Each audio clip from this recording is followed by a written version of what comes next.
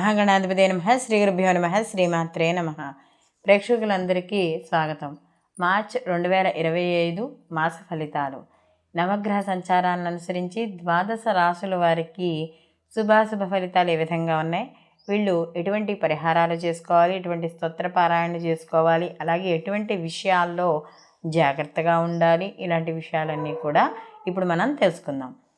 ముఖ్యంగా ముందుగా చూసుకున్నప్పుడు గ్రహ సంచారాన్ని కానీ చూసుకుంటే మనకి ఇక్కడ వృషభ రాశిలో గురువు యొక్క సంచారం అనేది జరుగుతోంది. అలాగే ఈ గురువుకి మనకి వక్రగతి అనేది అయిపోయింది. అలాగే మిథున రాశిలో కుజుని యొక్క సంచారం, అలాగే ఈయన కూడా వక్రత్యాగం పొందడం అనేది జరిగింది. కన్యలో కేతువు, అలాగే మనకి ఈ కుంభరాశిలో శని రవుల యొక్క కలయిక.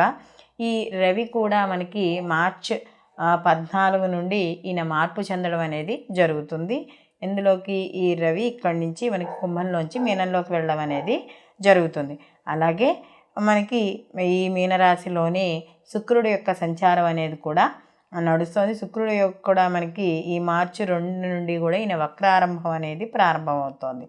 అలాగే బుధుడు కూడా మనకి ఈ మీనరాశిలోనే సంచారం చేయడం, ఈయనది కూడా వక్రారంభం అనేది మనకి మార్చి 15 నుంచి ఈ బుధుడిది జరుగుతోంది.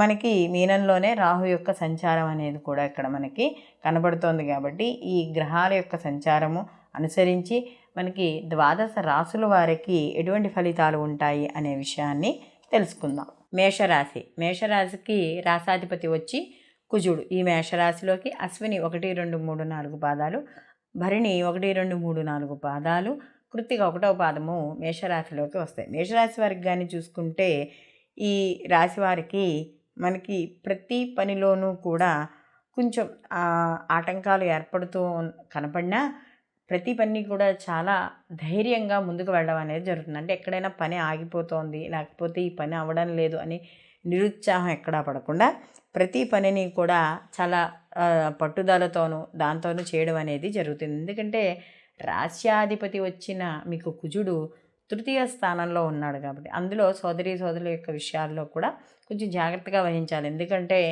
ఈ అన్నదమ్ములతోనూ అప్పచెల్లెలతోనూ మాట్లాడేటప్పుడు అంటే కమ్యూనికేషన్కి సంబంధించిన విషయాల్లో కొద్దిగా జాగ్రత్తగా మాట్లాడుకుంటూ నిర్ణయాలు తీసుకుంటూ ఉండాలి. అలాగే ఇంకా వీళ్ళతో పాటుగా ఏదైనా ముఖ్యమైన పనులు చేపట్టాలనుకున్నప్పుడు కూడా కాస్త అనుభవజ్ఞ యొక్క సలహాలు తీసుకుని ముందుకు వెళ్ళడం అనేది ఉత్తమమైన విషయంగా చెప్పవచ్చు. అలాగే ఎక్కడైనా డబ్బులు పెట్టాలన్నా, లేకపోతే ఎవరికైనా అప్పులు ఇవ్వాలన్నా, అంటే స్నేహితులు కానీ ఇలాంటి వాళ్ళు ఎవరైనా వచ్చి మాకు కాస్త కొంచెం డబ్బు అవసరమైంది, అప్పులు ఇవ్వండి అని ఎవరైనా అడిగినా కూడా అలాంటి విషయాల్లో జాగ్రత్త వహించండి. మీరు ఏదైనా లోన్ల కోసం, అంటే ఏదైనా స్థిర చరాస్తులు కొనుగోలు చేయాలన్నా ఇలాంటి విషయాల్లో లోన్కి ఏమైనా అప్లై చేసుకుంటే మాత్రం ఆ లోన్లు రావడం అనేది జరుగుతుంది. కానీ అనవసరమైన అప్పులు చేయడం అనేది కూడా మంచి పద్ధతి అనేది కాదు.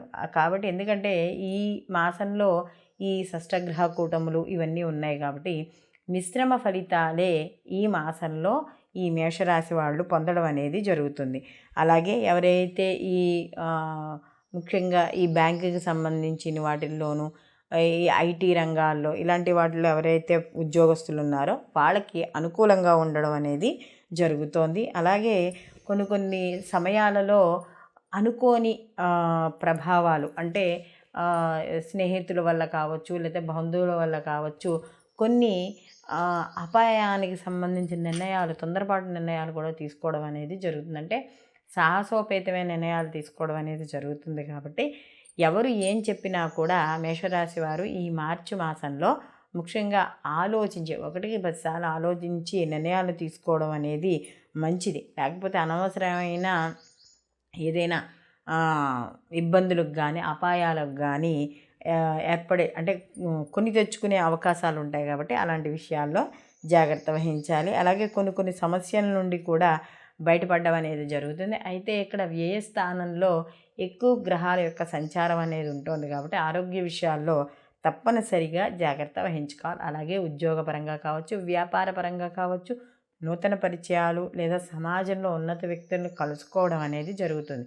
అయితే ఈ యొక్క పరిచయాలు కానీ, ఈ యొక్క కలయికలు కానీ మీ జీవితానికి కానీ లేకపోతే మీ పర్సనల్ లైఫ్కి కానీ ఇబ్బందులు లేకుండా ఉండేటట్టుగా చూసుకోవడం అనేది ఉత్తమం. అలాగే స్థిర చరాస్తులు కొనుగోలు చేయాలనే విషయాల్లో కూడా కాస్త జాగ్రత్తలు వహించుకుంటూ ఉండడం అనేది మంచిది. మొత్తం మీద వివాహం కాని స్త్రీలు ఎవరైనా, పురుషులు కానీ ఎవరైనా ఉంటే వాళ్ళకి వివాహం అయ్యే సూచనలు ఉన్నా కూడా మధ్యలో ఆటంకాలు ఏర్పడే అవకాశం అనేది ఉంటుంది. కాబట్టి తప్పనిసరిగా ఈ యొక్క విషయాల్లో జాగ్రత్త అనేది వహించాలి. అలాగే నూతన పెట్టుబడులు పెడతారు, అంటే ఇన్వెస్ట్మెంట్ విషయాల్లో ఇబ్బంది ఏమీ లేదు.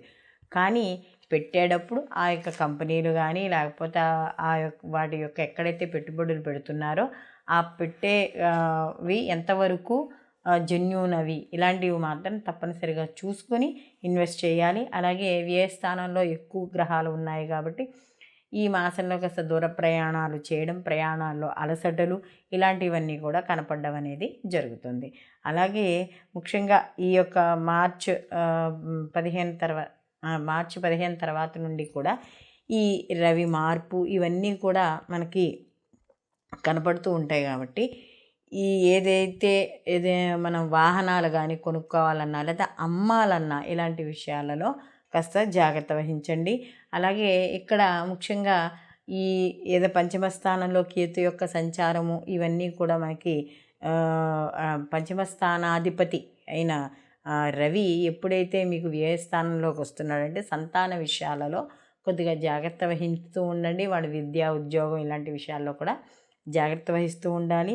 అన్ని రంగాల వాళ్ళకి కూడా సామాన్యమైన ఫలితాలు మాత్రమే ఈ మార్చి మాసంలో ఇక్కడ గోచరించడం అనేది జరుగుతుంది. ఎందుకంటే మేషరాశి వాళ్ళకి కాస్త గ్రహాలు ఎక్కువ వ్యయ స్థానంలో ఉండడం వల్ల, ఎందుకంటే లాభస్థానం నుంచి ఎప్పుడైతే రవి కూడా మారిపోతాడో కొంచెం పనుల్లో ఆలస్యాలు కావచ్చు, బద్ధకం కావచ్చు, లేకపోతే 1కి 10 సార్లు అవ్వడం, హాస్పిటలైజేషన్స్ ఇలాంటివి ఎక్కువగా ఉంటాయి. కాబట్టి ముఖ్యంగా ఆరోగ్య విషయాలు కూడా జాగ్రత్త వహించుకుంటూ ఉండడం, ఎక్కువగా సూర్య ఆరాధన చేసుకుంటూ ఉండడం, గ్రహాలు ఎక్కువ వ్యయస్థానంలోనూ ఇలాంటి ఈ గ్రహకూటములు అనేవి ఉన్నాయి. కాబట్టి ఈ మాసంలో ముఖ్యంగా దుర్గా ఆరాధన ఎక్కువగా చేసుకుంటూ ఉండడం, శివారాధన చేయడం ద్వారా ఆరోగ్య సమస్యల నుండి అలాగే శత్రుబాధల నుండి కూడా దూరం అవ్వడం అనేది జరుగుతుంది. కాబట్టి ఇలాంటి విషయాలు మేషరాశి వాళ్ళు జాగ్రత్త తీసుకుంటూ ముందుకు వెళ్ళడం ద్వారా ఈ మాసంలో కొంత ఏదైతే వ్యతిరేక ఫలితాలు ఉన్నాయో అవి తగ్గించుకోవడం అనేది